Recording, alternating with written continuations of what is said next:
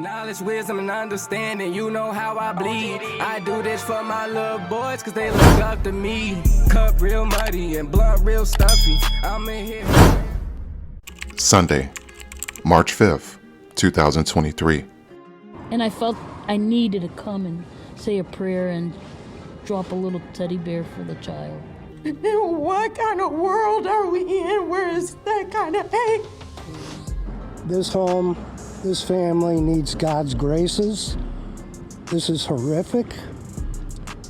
It pains me as a father. School is right down the street, the church is right here, and it's just one of them things that you don't think will happen in Bolingbrook. It was around 8:15 p.m. when officers responded to a report of a domestic-related home invasion in the 100 block of Lee Lane in Bolingbrook, Illinois, a small suburb outside of Chicago. When police arrived to the scene, they discovered 4 people, 2 adults and 2 minors, all who had been shot. Police say they responded to a call around 8:15 and found the 4 victims with gunshot wounds inside the home that sits near the intersection of Aspen Drive and Lee Lane. He broke into the home around 8:15 on Sunday night, and when police officers arrived, they found 4 people shot, including 2 minors. On Sunday night, Cortez, Samiya, and Sinai were fatally shot inside of their Bolingbrook home on Lee Lane. Cortez's fiance and the girl's mom, 34-year-old Tania Stewart, was also shot and is recovering in the hospital. Police say the family members were shot to death Sunday night in their home on Lee Lane. Balloons and flowers have been placed outside the home where 3 people were killed and a 4th person was injured in a home invasion on Sunday. The police quickly secured the scene and began to investigate what had happened. They spoke with a couple of neighbors who reported hearing gunshots. A man and 2 girls were pronounced deceased at the scene. Those victims were later identified as 40-year-old Cortez Daniels, 17-year-old Samiya Shelton Tillman, and 9-year-old Sinai Daniels. Now, the family members said that the youngest victim was Cortez's daughter and that he was engaged to Samiya's mother, who was a 34-year-old woman who was also shot, but she survived by playing dead. Also shot was Samiya's mother, who's now hospitalized in serious condition. Relatives say she survived by playing dead. Family members say Tania survived by playing dead. 2 other children in the house witnessed the horrific crime. The couple's 2 sons, ages 3 and 14, were in the home but unharmed. Relatives say they witnessed the shootings. Also in the home but unharmed were 2 boys, ages 3 and 14. It's crazy how it happened, but I've been feeling unsafe. I've been scared how it all happened. Neighbors say last summer, police and an ambulance were called to the house. The reason unclear, but otherwise there were no signs of trouble. The teenage girl did have a boyfriend. They would walk hand to hand sometimes here, but I just say hi, that's all. And police later found that there were 2 boys in the house at the time of this incident, a 3-year-old and a 14-year-old, but they were unharmed. Now, it's highly likely that whoever did this didn't know that those 2 boys were also in the house.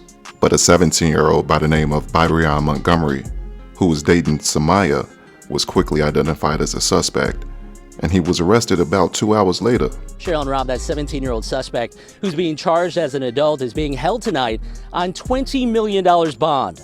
Authorities say he was dating one of the victims. 17-year-old Byron Montgomery is charged as an adult for the deadly home invasion. Police say the teen was dating the 17-year-old victim. Police now identifying them as 40-year-old Cortez Daniels, who they say was also stabbed, 17-year-old Samiya Shelton Tillman, who police say was dating the suspect, and a 9-year-old girl. Erica Daniels says Cortez was the backbone of the family, and she's overwhelmed and devastated about losing her brother and 2 nieces. I just saw them a week ago. We went to Dave & Buster's. I'm glad I got a chance to see them then. Byron Montgomery is the suspected shooter, charged as an adult with several charges, including 9 counts of first-degree murder. Family members say Samiya had recently broken up with Byron. When she don't want him around, he'll still pop up and stuff like that, so I could say it was a few warning signs. I guess he didn't take that well. Never thought that we'll have to go through this right now. Never thought that that's the type of guy that'll do something like this to my family. All indications implicate him as the sole offender. It has been determined that Montgomery was in a dating relationship with the 17-year-old victim. Now, it's being reported that the 17-year-old is being charged with attempted murder in the shooting of Tanya Stewart, who's the 34-year-old woman who survived the shooting by playing dead. And 17-year-old Byron is also being charged with home invasion, aggravated battery, and aggravated unlawful use of a weapon. Hey, good morning, guys. Now, that 17-year-old suspect will face a judge later on this morning. Police are saying that he's going to be charged as an adult, and he carried out a home invasion that killed 3 people, including his girlfriend and a young child. Outside the Bolingbrook home last night, a memorial started to grow for the victims of Sunday night's deadly home invasion. A small memorial has taken shape outside the home on Lee Lane in Bolingbrook, where police found 4 people shot on Sunday night. It's a reminder, especially every time you gotta walk past it, it's a reminder in the back of your head of what happens in this world. Amazing grace. In community, they found solace, but days after the tragedy, answers remain elusive. Today, neighbors still processing that something like this could happen here. It's the reality of that we can't put our trust in a certain neighborhood for safety. It's just disturbing to hear 3 people and a child, so it's really disturbing. This Bolingbrook home, flowers and candles speak for a neighborhood in disbelief. It's just really sad. I just hope, I don't know, because it's like I have no words for it. Now, too often do we blame these type of things on mental health. And although mental health is a real thing, I don't think it played a role here. Now, I don't know this boy's upbringing, so I can't speak on that. But what I do know and what I can speak on is we have too many boys out here that are acting way too emotional. The 2 teenagers were in a relationship, but what was reported is that he was abusive. He was putting his hands on her. And so the father, Cortez, stepped in. And it's just sad that this whole thing happened because a 17-year-old acted off of emotion. But let me know what y'all think down in the comments, man. And if you haven't already, please do take the time to subscribe to the channel by hitting that subscribe button right below the video.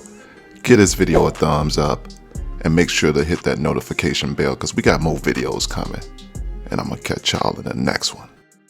I'ma sip all night till the pain gone. I'm knowing that they hate me since I came round. I've been loyal as fuck to the end of